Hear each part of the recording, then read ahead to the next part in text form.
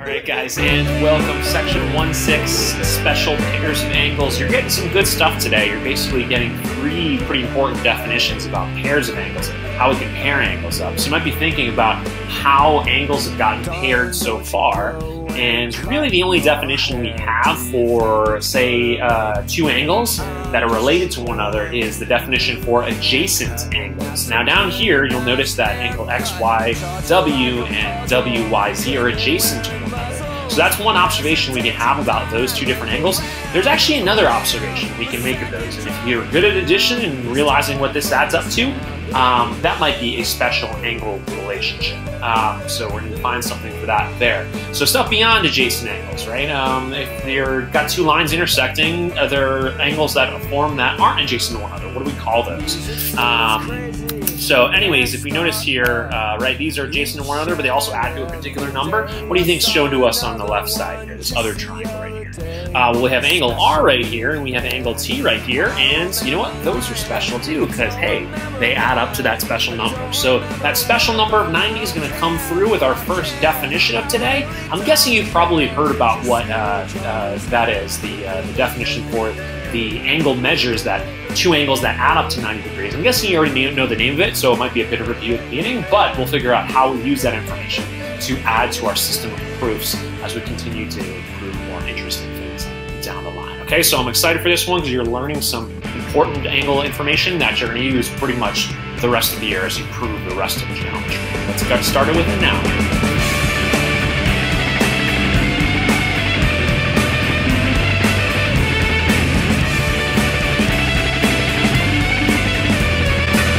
Alright, so I know I just said get started with it right now. Before we actually begin, I just want to hit this point again. I wanted to throw that current list of all reasons so far that we've come up with to use in proofs. So the books come up with as we've led step by step, adding more to our knowledge base of geometry and knowing things that are true and assuming things are true and having definitions to prove more facts, okay? So you're gonna learn several more definitions in a theorem today that you're gonna begin using as reasons in proofs, also as we continue to determine facts of geometry. Okay, so this list that we have, pretty darn big, right? Pretty darn big. Is it gonna get bigger?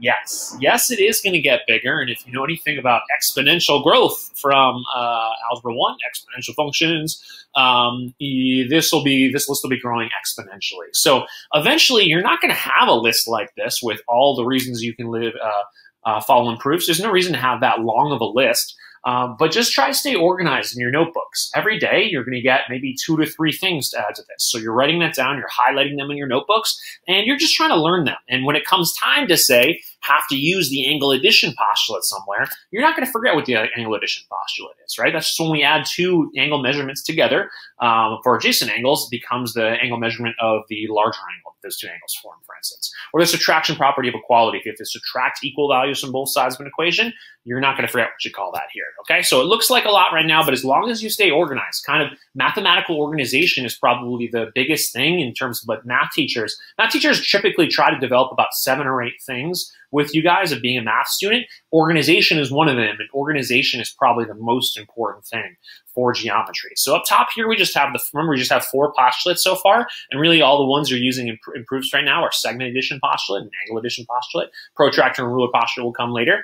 Then we have a bunch of definitions we've learned. It's really not too many so far. We're going to get 2 more that you could use in proofs today.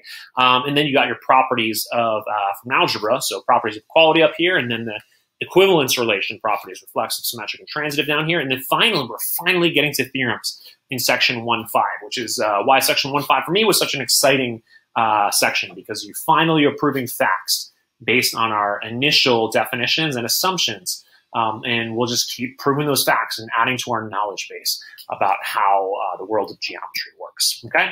And with that, let's get more definitions so we can start rolling this on out and we can prove some pretty complex things by the end of the year. Special pairs of angles, section 1.6 here. Well, this is, you might have said this. I mean, if I were in class with you guys right now, somebody might have shouted it out. Isn't it complementary angles? I could totally see somebody do that. In fact, I'm thinking of you, Aaron, from 2 years ago. That's right, you, Aaron. but looking at pairs of angles that add up to 90 degrees. So complementary angles are 2 angles whose measures add to 90 degrees. So do the angles need to be adjacent to one another? No. For instance, these are not adjacent angles. They don't share a side at all, okay? So we know that they're not going to fulfill the definition of adjacent angles. But these two angles are complementary to one another because they add to 90. So complementary two angles whose measures add to 90. And I'll give you a way to think about. Maybe you're thinking about, I highlighted the C right here. You're thinking about maybe how you can remember these are a pair of complementary. Hey, they complement one another. I compliment you because we add up to 90 together. So again, with the verb here, or the noun, right? Each angle is called a complement of the other. And you can use that as a verb too. So for instance, we have this here. If you think about, say if the angles were adjacent, sure, if they're adjacent, you can be complementary angles, even if you're adjacent, whether it could be a non-adjacent or adjacent, but just two angles out of 90 degrees, you'd say they're complements of one another, or complementary. So here's how it might be described. Angle XYW over here and angle XWYZ are complementary angles because they add up to 90, which is the definition of complementary angles. And then we could also say angle XYW is a complement of angle XYWYZ. So you might see complementary, or hey, this is a complement of that. I just know that's what they're talking about. All right, other pair. So hey, we talked about 90 degrees. What's another important angle measurement we know of? So like acute angles are less than 90, greater than 0, so nothing specific there. Right angles, so you also think of complementary angles. If we put this angle together with that angle and made them adjacent, they'd form a right angle, right? Form a right angle, which is 90 degrees, which is part of the reason why we care about having a definition for complementary angles, because then there's something we can do with it. Is there another angle measurement where we can maybe do something else? I'm hoping you're thinking about this. I hope you're thinking about 180 degrees. Okay, a straight angle is 180 degrees. So if you have two angles with one another, right, two angles whose measures add to 180 degrees, right, the whole is a straight angle, then you can say that those are supplementary angles. And let's get a couple examples down here. So angle A and angle B are supplementary to one another. They are add to 180, so they fit the definition. So angle A and angle B are supplementary if and only if they add to 180 degrees. And they do here, right? 100 plus 180, plus 80 equals 180 degrees. Okay, so you could put this, if we rotated this one or reflected it actually and moved it over here, translated it over here, this would be an 80-degree angle here. And they would form a straight angle. And I notice here I say straight because what's highlighted in S here. So these are supplementary. So you can either supplement one another, which means you add to 180, or you can complement one another, which is that you add to 90. So try to keep those in mind, and we'll get practice, of course, with the homework here, okay?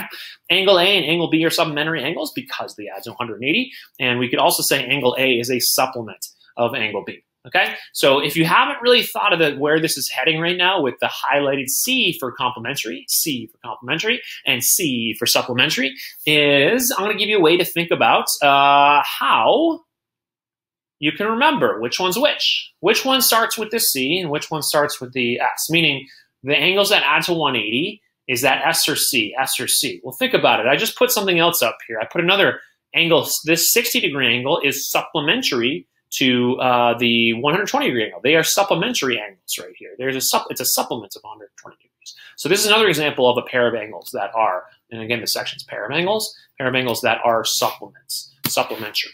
And what type of actually an angle, if we had this here, AOC, what would angle AOC be? It would be a straight angle, okay? It'd be a straight angle, okay? Straight, so this is a straight angle, so supplementary angles, when put together, become straight angles. So S for straight, and C I highlighted as red here. This might be a little bit harder to think of, but why do you think I highlighted C in red? How can that help us with remembering what complementary angles are, and that they add to 90 degrees? How could that fact help us? Well, if we have a 90-degree angle, okay, check it out here. If we have a 90-degree angle, what does this look like here? Picture your room. Picture what I've been telling you guys about in terms of like having a couple lines coming together. Where do I say a couple lines coming together? That's right, the sides of a room or the corners of the room. Okay, so complementary angles, because they add to 90 degrees. If you put them together, they can form a corner. Do they have to look like a corner on the left side? No, they can be non-adjacent. But if you put them next to one another, they would form a corner. Supplementary angles don't have to be they don't have to be adjacent to one another, so they don't have to make a straight angle, but they can form a straight angle. Okay, so complementary, corner. supplementary straight. And that's one way you can remember. It's 90 and 180. Okay, let's start doing stuff with this right away. It'll be really easy at the beginning, but I have an exercise involving just practicing some of the languages there. Find x, okay? In fact, there's not much language here. It sounds pretty obvious. First of all here, 118 degrees is what with x degrees? Supplementary, okay, supplementary. So angle x, this x degrees here, is the supplement of 118 degree, the 118 degree angle. So who's got the answer? All right, this one's pretty easy, so we'll just go through it together. But anyways, there are a lot of ways you can solve it. What probably most people do in something like this is that they do x degrees plus 118 degrees would have to equal what? Because they're supplementary angles, they'd have to equal 180. I break it down a little bit differently here because normally when we define a supplement, so x is the supplement of 118 degrees, this is one way we can actually think about x degrees. X degrees right here, right? Let me just show all the work that we have down here. So if we think of a supplementary situation, this is going to help you on harder word problems, which you'll see in a second, as 180 degrees that you have to work with in total. Okay, so the total, right, and adds to 180. And then, if I change colors here, we have 118 of those degrees taken up here. Okay, so the total is 180. We have 118 degrees up here. So then the question is, what must x degrees be equal to? And, oops, I did this kind of wrong here. I was going to show you something a little bit different. So that's 118 degrees, so I agree with that here. But this is also x degrees here. I'll show you this here, x degrees, Scion. So we got x degrees right here. So if the total thing is 180 degrees, and then this is x degrees right here, then this right here, another way we can think about 118 is that it's the supplement of x degrees. And if it's the supplement of x degrees, right, because this is x degrees, the total is 180 degrees, we would have to subtract x degrees from 180 to figure out what this angle is here. And we know it. We know it's 118. So that means we know that 118 actually matches 180 minus x, because this angle is x degrees in size. We take that away from 180, and that would be equivalent to what 118 is, okay? So a little bit complicated why I did that way, but it's going to help you in a word problem in a second. Okay, let's roll with this here. Find x, find x. Well, what is x? Is x supplementary to something? Well, it looks like it's a right angle here, so maybe it's complementary. No, x is supplementary to what angle measurement? You're telling me I have to add these together? Okay, I'll have to add these together here. All right, supplementary to 95. Okay, you can do this in your head probably really, really quickly. It's just 100, no, not 105. It's just 85, right? But anyways, this here, x degrees is supplementary to 95 degrees. So if we think about it this way, and this will just help us with word problems, which is why I'm doing it this way. If we think that this is 180 degrees, right? The straight angle itself is 180 degrees. And then this here is x degrees. Another way we can think about this 95 degrees is that it would have to be equal to, so here, 180 degrees, take away x degrees, and that's what 95 would have to be equal to, okay? So this is just one way to solve this problem. Obviously, you can do it in your head real quick. When we get to word problems in a second, you'll see why this is important in a second. When we get to word problems, then you'll understand why I'm trying to break it down with you like this, okay? So finding x, since x degrees is the supplement of 95 degrees, then this is how we define supplement of an angle of x degrees, is 180 minus x. 180 minus x would be the supplement of angle x, and that equals 95. And then you just solve from here. Add x to both sides, subtract 95 from both sides, it becomes this, and then here, 180, take away those 95 degrees, and x is 85 degrees. Weird way of doing it, but it's going to help with this problem right here. Read this really quickly, and try to solve it. See how you do. And then the harder one's coming from you in a minute or two.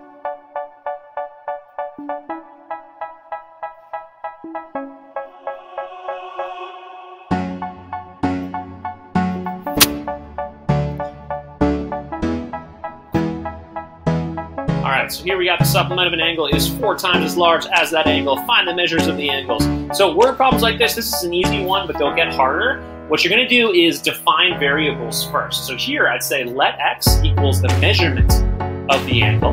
Okay, so what does x equal? The measurement of the angle. And then I'd define the variable for your supplement. So if x is the measurement of the angle, right? So we're talking about the angle, we're not talking about the supplement right now. So the supplement's larger, right? It's 4 times as large as the angle. But if we're talking about the supplement, we can define the supplement in 2 ways. We can define it as 180 minus x, right, is the measure of the angle supplement, because x plus 180 minus x equals 180, right? And then there's another way we can also define the measure of an angle supplement, and because it's given to us here that the supplement is 4 times as large as the angle. So involving x, again, what's another expression we can have for the supplement? Of course, it's 4x, okay? So 4x equals the measure of an angle supplement, and 180 minus x actually equals the measure of an angle supplement. So what can we do? Well, 2 things that equal the same thing. Look, these are the same thing. They equal each other, okay? So here's one way you can solve it. When it gets harder, you're going to be glad you know this because you'll have harder problems later, so I'm sure we'll have to practice or struggle through it. But I think we'll get there following this kind of. But anyways, so you're basically defining 2 expressions for the supplement here, right? 4x equals 180 minus x because the supplement's 4 times as large as the angle. So when we think about when it says in word problems here, an angle, just define it as the variable x. And then secondly, because it's a supplement, right, because this is a supplement of angle x degrees, is the remainder after subtracting x from 180, right? That's the way a supplement works, is that it's that many degrees of the angle smaller than 180, because they add the 2 angles and add to it. Anyways, then you solve from there, right? Add x to both sides, and then you just have to divide both sides by 5. All right, so this is sort of to help you with word problems, because I've realized in the past few years that these can be kind of difficult. I usually get questions near the end of the chapter about this, so I'm trying to spend more time at the beginning, so hopefully get in here. So anyways, when you start a word problem, it's talking about, well, this is how an angle relates to its supplement. This is how an angle relates to its complement. They're basically trying to set up an algebra problem for you, right? You have 180 degrees, and you got to figure out, like, what are the numbers that make sense, that fit in for supplement, fit in for complement, okay? So here's what you do, right? This is what you do when you have a word problem about supplements and complements. If the angle, right, you make the angle the main angle, you represent that by x degrees, then its supplement would be represented as 180 minus x, right? The supplement is just x plus 180 minus x would equal 180. So that's how you figure out the supplement. And you figure out the complement. Therefore, the complement, yeah, actually, I should ask you guys this. What could be an expression for the complement of an angle that measures x degrees? What would its complement's angle measurement have to be represented as? Of course, it would be 90 minus x. Okay, so let's take a look at this at these diagrams right here. The whole of a right angle, of course, measures 90 degrees. And we know that because of the definition of a right angle, right? A right angle measures exactly 90 degrees. And with this, x degrees is taken up, right? Taken up of the 90 degrees.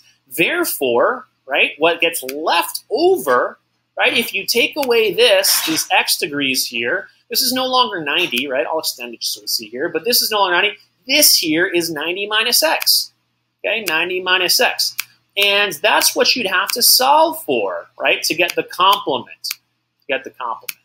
And then same thing here too, same kind of logic here too. If this, right, these 2 angles are supplementary to one another, they would add to 180, but out of that, you have this one angle taking up x of those degrees, right, x of those degrees. So what's left out of that 180? Okay, it's not 180 anymore over here for its supplement. It would have to be 180 and then minusing that x from it. And then the supplement here would be 180 minus x. Okay, so these are just expressions when you have word problems to replace where it says the supplement of an angle, you replace it with 180 minus x. When it says the complement of an angle, you replace it with 90 minus x. Okay, hard one right now, kind of advanced one that normally is like one of the hardest problems in the homework or similar to it is right here.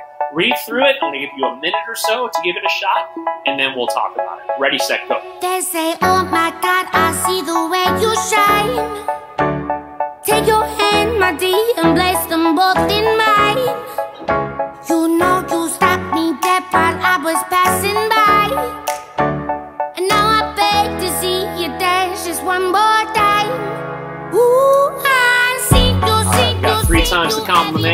12 less than the supplement angle. Find all three angles. Whoa, a lot going on there. Break it down, go guys. Break it down into parts. What are some words there that you remember from Algebra 1? Change into symbols. Have you defined your variables yet, too, by the way? Or are you defining the angle as a variable? What variable are you choosing to define the angle? What about its complement? How can you define its complement, the expression for its complement, or the expression for its supplement? Give it a shot. I'll give you another 30 seconds, and then we'll go through the whole thing together. And when you're done, I'll make you do it all again. I said, oh my God, I see you walking by. Take my hands, my dear, and look me in my eyes. Just like a monkey, I've been dancing my whole life. But you just all right, let's start doing this one together, and we'll just do the whole thing together, define the variables, going through it. You can skip ahead if you really thought you could do it quickly, but I'd probably watch it because I know this is harder for a lot of folks here. All right, so anyways, it's easy. When we're talking about the angle, right, we're talking about an angle that has a complement and a supplement, right? Does every angle have a supplement? Yeah, the way we've defined angles so far is that you can measure up to 180 degrees, so every angle would have a supplement. Does every angle have a complement? No, not necessarily. For instance, what type of an angle does not have a complement? That's a good question to think about on the test or quiz. Obtuse angles, right? Obtuse angles are already larger than 90 degrees, so can't have a complement. Neither can a right angle, right? Or a straight angle have a complement. I guess straight angles can't have supplements either because they're already 180 degrees. Anyways, we're talking about an angle. Let x equal the measurement of the angle. Okay, so we're going to know that that angle is going to be acute, right? So at the end of the problem, it should be acute because you have to be acute to have a complement. And that's all we know right now. Okay. So then we got to find some other stuff here. So let's define the variables for the complement. So we're talking about the complement of an angle. That's 90 minus x. And then the supplement is what? That's right, 180 minus x. It's the measure of the angle supplement. Here's another thing that trips people up in problems like this is that they say, what the heck does this mean? Right? I definitely get questions about this every year here. It says find all three angles. And people are like, what the heck does that mean? All three angles? What's this problem talking about? Isn't it talking about an angle? It's not talking about three angles. When it says find all three angles, what that means is find the measure of the angle in question and then find the measure of its complement. And then finally, find the measure of its supplements. Okay, so sort of that trio of angles, the angle itself, and then the complements measurement, and then the supplements measurements. Okay, so at the very end of the problem, you just need to deal with the numbers 90, 180, and then whatever you have the actual angle, and you'll figure it out. Okay, here's the hard part, right? How do you change this word problem, into a math sentence, into an actual equation here, because it's going to be an equation. Okay, well, it's going to be an equation because I see is. The word is in math, in terms of reading it out like that, the writing it out in paragraph form, the word is, when you write it in a math sentence, is equality, right? Is an equation here. Okay, left side's pretty easy to figure out. 3 times the complement of an angle. So I'm thinking here it's going to be 3 times by 90 minus x, right? The quantity 90 minus x. And then I'm going to put an equals next because I see is. When you see is, write an equal sign down, okay? Is equal sign, and then it says 12 less than the supplement of an angle. Okay, so I need to subtract 12, so I got to put minus 12 in there, and then add the supplement of the angle here. Okay, and it doesn't matter which order you do this in, you just need to get to 12 less than whatever our expression is for the supplement of an angle. Okay, if you didn't get this so far, maybe think about this for a second, and then maybe try the algebra on your own right now. I think you'll be able to solve for this. Okay, just to check your work, just make sure you got it right. Next step would be to distribute this in here. So then you'd have 270 minus 3x. And then, yeah, distribute the plus, I guess. And it's combined like terms, so it would be negative 12 plus 180, and that's 168, right? 180 minus 12 is 168. And then, yeah, we got to use addition property of equality, add 3x to both sides. And then we get 2x here, subtraction property of equality, subtract 168 from both sides. 102 equals 2x. And then finally, that angle measurement, hopefully you got this, 51 degrees. Is that what you got as your answer? Is that your final answer? Is that an A+ answer? No, it's not an A+ answer. Why? What did I forget? Okay? Always go back and reread the problem and make sure that you're answering everything it's asking you to answer. Okay? So we've only talked about the measurement of one angle. We still need the other ones. We need the measure of its complement. Okay? So take 51 away from 90 and you get 39. And then finally, we need the supplement. So take 51 away from 180, and that's going to be the supplement right here. And then make sure your answer is super clear, right? The angles are 51 degrees, 39 degrees, and 29 degrees, and we're good to go. Questions on that? Send them my way. If not, you're going to get this for homework tonight, and if we need to go more slowly on them, I'll just need to know that from you, okay? Definition here. So I would maybe, if you're doing this over a couple days, maybe stop the video now, maybe try some of the homework problems. I would watch this video maybe more than one sitting because I think it'll be a little bit long. We're going to talk about something a little bit different right now in terms of angle pairs. So far, angle pairs, we've talked about supplementary angles, complementary angles, adjacent angles we talked about in previous sections. There's another thing related to adjacent angles, and that is vertical angles, my friends. Yes, vertical angles are an important angle pair right here. Vertical angles are two non-adjacent angles formed by a pair of intersecting lines. That's what it is, okay? So this is a little bit tricky, non-adjacent angles. So they're not going to be angles right next to one another, right? They're not going to share a side with one another, and they're formed by a pair of intersecting lines. So we need to take a look at what this looks like. First of all, they're formed by a pair of intersecting lines, so that's sort of our if here. If you have intersecting lines, well, this is a definition, I'll take it back. If you have intersecting lines, this is what happens, is that you end up with adjacent angles. So adjacent angles look like here and here, here and here. These are adjacent, these are adjacent. So now we need to think about ways we can pair up angles that are not adjacent to one another, because 1 and 2 are adjacent, 1 and 4 are adjacent. So involving 1, what is it? 1's vertical angle. That's right, it's 3. And what about 2? 2's vertical angle is 4, okay, is 4. So every angle, right, every angle has a vertical angle to it. Sorry, yeah, every angle has a vertical angle to it. If you extend the angle and you don't just draw the rays, maybe you draw the lines, every angle has a vertical angle. And vertical angles have a special relationship, which we will prove momentarily. So just take it in here, just realize what a vertical angle is, right? That's what a definition is good for, which is realizing what it is. Not facts about that, but very simply identifying it, very simply saying this is what a vertical angle is. We know what adjacent angles are, but we didn't have a word for vertical angles, and here it is, okay? And we might have some observations about it in a second, okay? So vertical angles were something the early Greeks and people early on in time noticed, because they do actually have an angle relationship here, and this just happens a lot naturally in the world, right? Picture trees, right? If we think of a line being a tree branch crossing another tree branch, there's something interesting that may have appeared to early people in terms of the angles it might form. Or if you laid a piece of rope on top of another piece of rope and you folded it over, or just had it like that, you might notice something interesting about the angle relationships. And let's get into it right now. So maybe we can notice it here. Okay, so remember, we don't have any theorems for this right now, but I wanted to just show you, you'd be able to prove this right now without any additional theorems. If the measure of angle 1 is 40 degrees, if it were 40 degrees, what are the measures of all the other angles in this diagram? Ready, set, a go. A go, go, go, go, go. Get it, get it? All right, well, the adjacent angles, this is because this line here, if we had a point there, that would be 180 degrees, right? A straight angle. Angle 1 and angle 2 are supplementary. Angle 1 and angle 4 are supplementary. So this here adds to 180. This here adds to 180. So let's just start writing it in here. 40 degrees here, 140, because they add to 180. 148 degrees right here. So that just leaves the one thing that we're not sure about is angle 3. But again, without using any theorems you might know from the past, because a lot of people know this relationship before starting geometry this year, and that's fine. But if not, just pretend it's new. This here, right, 3. Well, 3 is also supplementary to angle 2. Also supplementary to angle 4, because this here, right, remember, is a straight angle. So it's 180 degrees on this side. So this would also have to be 40 degrees. Okay, what do we notice here? That is congruent to that. Ah, interesting. Is that going to be the case all the time?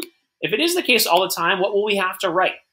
we're going to have to write a proof, okay? We'll have to write a proof. We're going to have to get there, okay? So notice these are called vertical angles. I think the reason for that is because there's a way you can draw the two lines where the angles are right on top of one another. They can be arranged vertically. So say if we rotated this a bit, it's possible, right? The diagram could have just been like this. If we rotated it, angle 1 and angle 3, those are vertical angles right here. And then you have angle 2 and angle 4 there. Those are still vertical angles because they're presented to us like vertical angles here. Anyways, one way to keep it in mind. One on top of the other, if you can draw an angle one on top of the other, like one on top of the other and one on top of the other, it would be a pair of vertical angles. So let's keep rolling with this here. Measure angle 1 equals 181 degrees. What are the measures of all other angles? Ready, set, go. Ready, set, go. There's measure angle 1. What are the other ones? Did you get 79 for this? Yeah, that's right. They're supplementary. Did you get 79 for, ooh, did you get 101 for that? Ah, yes, you can do that right away because this angle is supplementary to that angle. And this angle is supplementary to that angle. So that has to be 79 degrees. Okay, so do you see what's going to come up in our proof of a theorem involving vertical angles? And that is supplementary angles are highly involved with this situation because you have all these straight angles. And that's going to lead to a conclusion we're going to get about vertical angles here. And I ask you, what is that conclusion going to be? Right now we have a conjecture. We probably have a conjecture about vertical angles. What a conjecture is an unproven scientific theorem, right? An unproven scientific theorem. So it says, what can we conclude about vertical angles?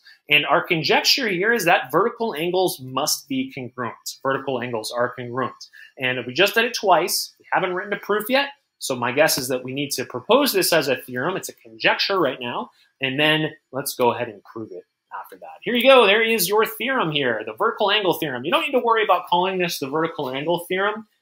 Sometimes the names theorems are there because the actual written description of the theorem is really wordy, really written out. Picture the midpoint theorem. That had said 4 things in the conclusion. Here there's only one conclusion. In fact, this is just 4 words. So the vertical angle theorem, you can call it that if you want, but that's 4 words. Vertical angles are congruent, which is the content of the theorem, just 4 words anyways. So usually I write this as vert angles with a little angle symbol, and then R, and then I use the congruent symbol. And that's a lot faster to write out there when you're writing a proof or giving justification, okay? So this is what we'll prove right now. So in order to prove this, we need a diagram and given/prove statements.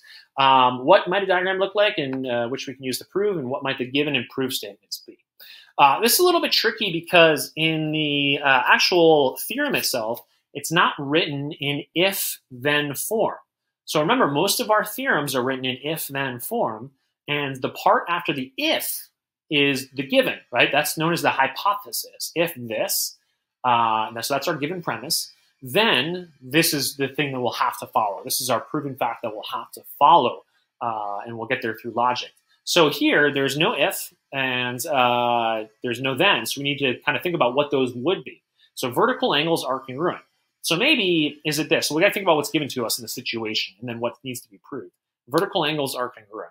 Well, a way we could reword this theorem is if 2 angles are vertical angles, then they are congruent to each other, right? That would be a wordier way to do it. So what we need in our diagram is we need to draw out a diagram that has vertical angles, okay? So angle 1 and angle 2 are vertical angles. So given to us, angle 1 and angle 2 are vertical angles, and then what we're trying to prove, what are we going to try to prove? Yeah, we're just going to try to prove that the measurements equal each other. Angle 1 congruent to angle 2. Or if their measurements are equal to each other, fine, good enough. That proves this theorem. Okay, so let's go ahead and get into this right now. A boom and a boom. And let's do this. Let's drop in a little statements, reasons, and it's just going to be a 4-stepper. I'm showing you the steps this time. All right, so step 1, normally of a proof. This is a little bit tricky. I'm kind of going a little fast through this one, I guess, here. But normally your first step, you look to your given, you write that down. But the problem with this here, if it says angle 1 and angle 2 are vertical angles, then we don't really have anything we can do with that, right? Remember, vertical angles didn't have a very useful definition. The definition of the vertical angles are just 2 non-adjacent angles formed by intersecting lines. So that's not really going to tell us anything. That's going to lead to a next step.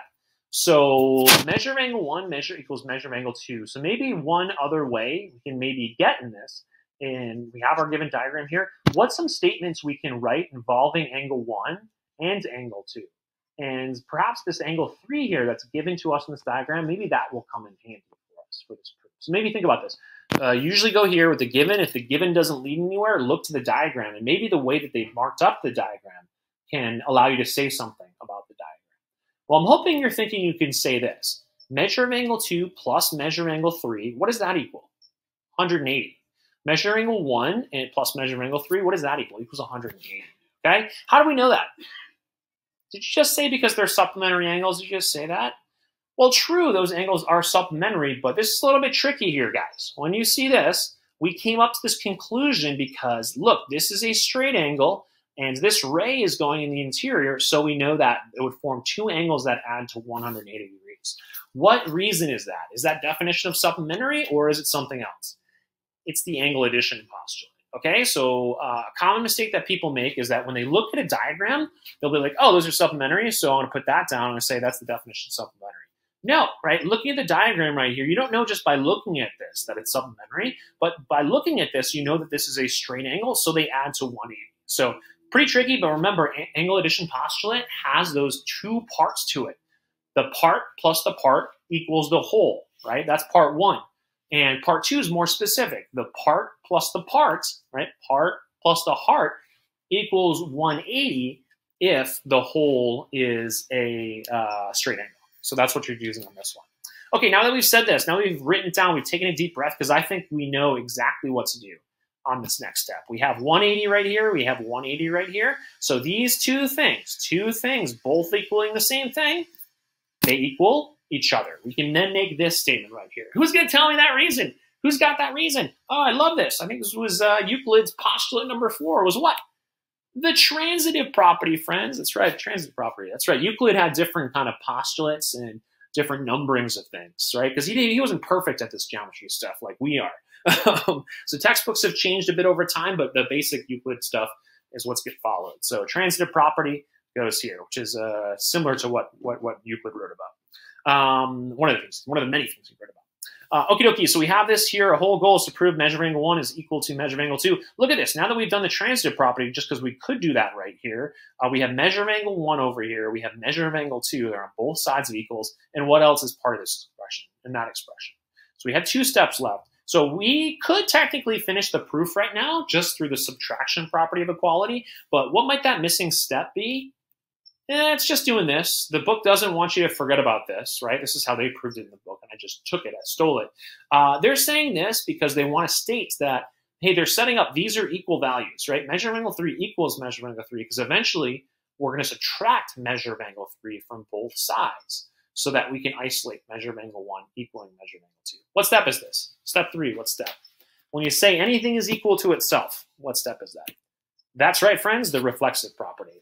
And finally, last step is the subtraction property of equality, right? All we did was take away the same thing, right? Equal things, right? We subtracted these both from here. X it out. Subtracted this from this side.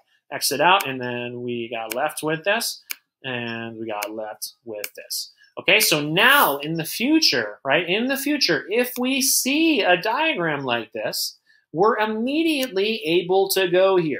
Right, immediately able to go here and say that these two, right, if we just notice in the diagram, that two angles fit the definition of vertical angles.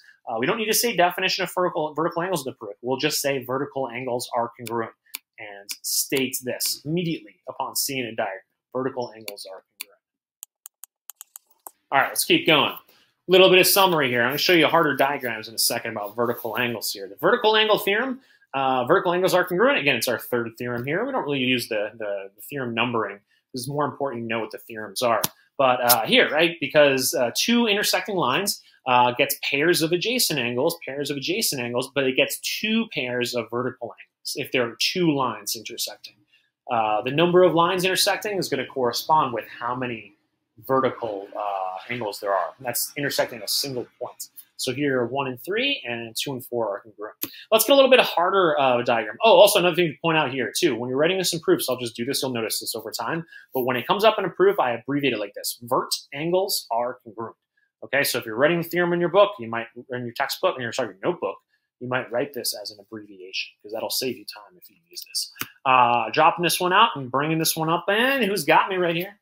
Who can tell me what's a conclusion I can make? So here, right? I show this to you as a diagram, not using written words, because this vertical angle theorem is a very common thing to say when you start a proof as the very first step. Because if you notice it in a diagram, you can mark it up real quick, and then also just as your first step of the proof, you can say that these two angles are congruent to one another, or these two pairs of angles are congruent because of vertical angle theorem. So instead of given being the first step, you can just state right away the vertical angles that you see in the diagram that are congruent. What are the vertical angles that are congruent here? These ones right here, right? Maybe you didn't actually go through and find the letters, but yeah.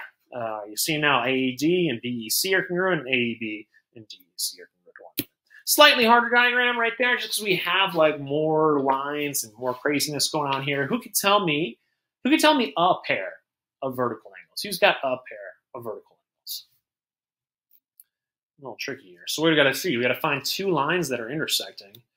Oop, this line intersects that line. That's good. Okay. The easier for one to me to see, because remember, if two lines are intersecting, you don't get just one pair of vertical angles. You get two pairs of vertical angles. So here, this is angle 1 and angle DXB. Yep, those are congruent by vertical angles are congruent. Right, that's our reason. If this, then we can conclude that by vertical angles are congruent. And what's the other one? The other one's a little bit trickier here. Angle 2, what's angle 2's vertical angle? Does it have one? No, angle 2 doesn't have one because this is a ray here. That's a side of angle 2. We don't have the line extended. Okay, so what's the other one that I see? Other vertical angle. Well, if it's this in here, right, we just need the supplements of angle 1 and supplements of angle DXB, right, to find the vertical angles, and that's this. Angle AXD congruent to CXB, okay? So some diagrams will be harder for sure in this course to locate things and to get those conclusions. That's part of the challenge that comes up with geometry. All right, real quick here. Name all pairs of vertical angles. Ready, set, a go. You guys got this. But you're not done yet? Ready, set, go. Let's go. All pairs of vertical angles. Let's do this. Come on, guys. Let's do it. How many times do I need to say it? Come up with it. All pairs of vertical angles. Who's going to tell me? Who's going to tell me first? Who's going to tell me? Who's going to tell me second or third? Who's going to tell me? Well, I got 3 lines crossing, but they're all crossing at the single point here. How many pairs of vertical angles? We're in vertical angles, right? So we have the theorem. Yes, we got 1 and 6, 2 and 5, and 3 and 4. Hopefully you got those. I'm not going to spend any more time on that. I think you're probably okay. It's just an additional help in maybe noticing it. 3, 4, 2, 5, 1, 6. The one, right, if we can place them directly on top of one another, they're vertical angles. So if we rotated this a bit, 6 would be immediately above 1. And you just got to find those 2 lines crossing, and then just find the non-adjacent angles with these 2 lines crossing would be 1 and 6. And then, hey, there are more pairs of vertical angles. Like, you could make the argument here that, let's see, angles, some of the combined angles. Like, so if you have angle 2 and angle 4 and, angle 3, and for instance, this here, right? This combined angle, you'd have to name it something different. You have to know the points. But this angle here would be a vertical angle of 4 and 5, right? Where the combined angle, the whole of 4 and 5, for instance. And I'll write there are several more. And that's what we have here. Okay, so just wanted to point that out too, that I was being a little too narrow-minded in saying just these small angles are vertical. Because this angle right here, vertical to that angle, okay? This angle right here, vertical to this angle. And that's where it becomes more.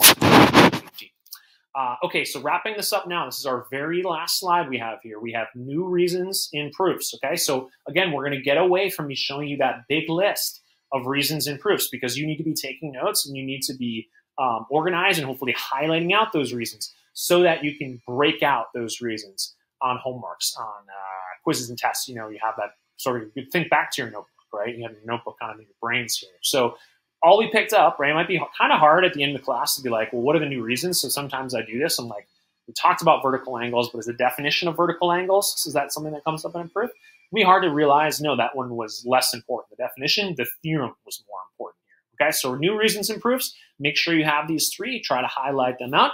And just a reminder, definition of complementary angles, just to put it up here in this format, which is showing us our, again, definitions are if and only if statements. So if we knew that angle A and angle B were complementary angles, right, complementary to one another, they're complementary angles if and only if what situation is true, right? They're two angles whose measurements add to 90 degrees. Okay, so this is the definition of complementary angles.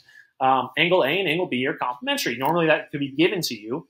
A conclusion you can make from it, by definition, is that the measurements would have to add up to 90. So that could be the next step of your justification, of your proof. Okay, definition of supplementary angles. Angle A and angle B are supplementary. What can you conclude? They add up to 180 degrees. Add up to 180 degrees, and that's that. Here's your homework. I want to point out, though, definition of supplementary angles. Don't be confused. Don't be confused about the angle addition postulate. Look at here. This is very similar to the angle addition postulate. So, for instance, if we knew this is angle 1 and this were angle 2, and we wanted to prove that angle 1 is supplementary to angle 2, our step would have to be this. We'd have to actually say measure of angle 1 plus measure of angle 2 equals 180. And what would be our reason for that? What would be our reason for that? It would be the angle addition postulate. Okay? So notice this here, just seeing it in a diagram that two angles form a straight angle is not enough to say that they're supplementary, because notice here in definition of supplementary, it doesn't say anything about straight angles. It says nothing about straight angles. It just talks. Definition of supplementary angles just talks about how much the angles add up to, right? Add up to, okay? Straight angles are talked about in the angle addition postulate, part 2. So here we notice this is a straight angle that's made up of two parts. Those two parts must add to 180. So that'd be step 1. And then if we wanted to say that they were supplementary, then you can say that angle 1 and angle 2 are supplementary. So what you're doing there is taking this part right here and going this way with our two-headed arrow, right? Because we know this, it meets the definition of supplementary angles. So this is definition of supplementary, okay? So that might come up a couple times, and so we can correct our errors when they do. Don't need to feel like you master it now, but just by going through it, hopefully we'll help address those errors if and when they come up.